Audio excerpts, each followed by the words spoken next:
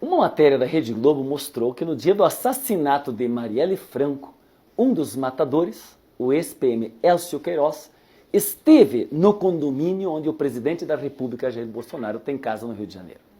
Ao chegar no condomínio, o matador disse ao porteiro que iria na Casa 58.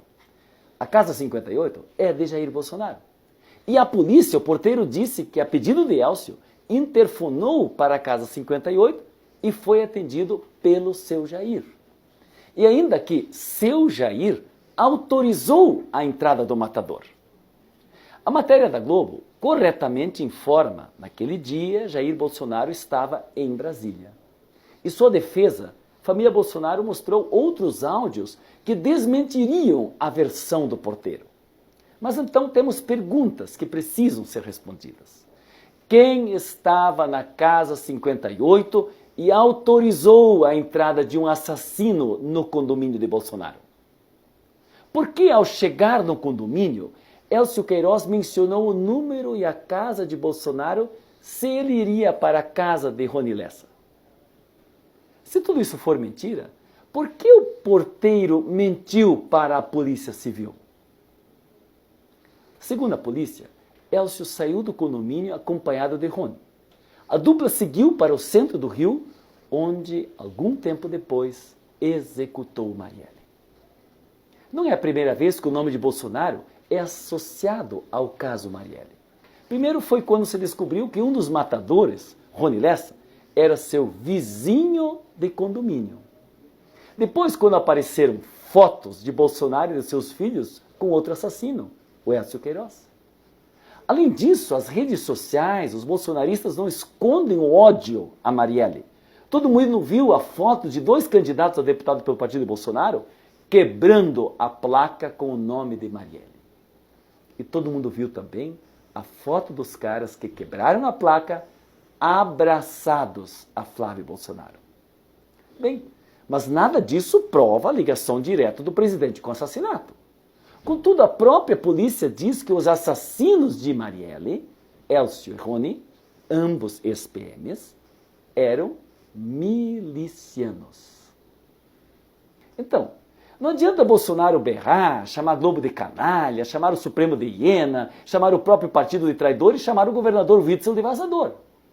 Porque é a sua própria história política e a história política de seus filhos que liga sua família às milícias.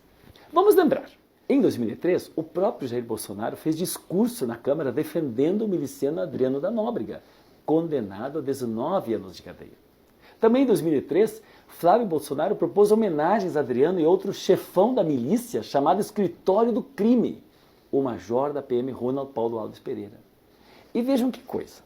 Segundo a polícia, o assassinato de Marielle foi planejado e executado por gente ligada ao Escritório do Crime. Mas sigamos. Em 2007, Flávio Bolsonaro tentou legalizar as milícias que era chamada de polícias mineiras. E em 2011, o mesmo Flávio Bolsonaro atacou a juíza Patrícia Scioli, que foi assassinada por milicianos. Mais um sinal de proximidade. Em 2015, de 70 deputados da Assembleia do Rio, Flávio Bolsonaro foi o único a votar contra a CPI que investigava policiais cariocas e o envolvimento deles com as milícias. Nada disso era assunto nacional até Jair Bolsonaro se candidatar em 2018 à presidência da República. Foi ele próprio quem, na campanha, defendeu as milícias e chegou a dizer que grupos de extermínio eram bem-vindos. Como candidato, Bolsonaro teve a vida investigada. E foi aí que a proximidade da família Bolsonaro com as milícias ficou evidente. Teve, por exemplo, o episódio da prisão dos irmãos Alain e Alex Rodrigues de Oliveira, acusados de serem milicianos. Logo depois se descobriu que eram irmãos de Valdenice de Oliveira, ninguém menos do que a mulher que assinava os cheques de campanha de Flávio Bolsonaro ao Senado. Ou seja, a tesoureira da campanha de Bolsonaro no Rio. Foi no ano passado também que o então deputado estadual Marcelo Freixo, do PSOL, propôs que se dedicasse a Marielle, em memória, a maior honraria do Rio, a medalha Tiradentes. Sabe quem foi o único que votou contra? Flávio Bolsonaro. Mas vou dizer de novo, isso não liga Bolsonaro diretamente ao crime. Contudo, não podemos esquecer de mais um personagem, o Queiroz. Sim, o ex-assessor de Flávio Bolsonaro, que foi flagrado com 1.200.000 na conta bancária sem que tivesse renda para isso. Contra Queiroz pesam ainda suspeitas de participação em nada menos do que 10 homicídios, e convenhamos, é típico de milicianos.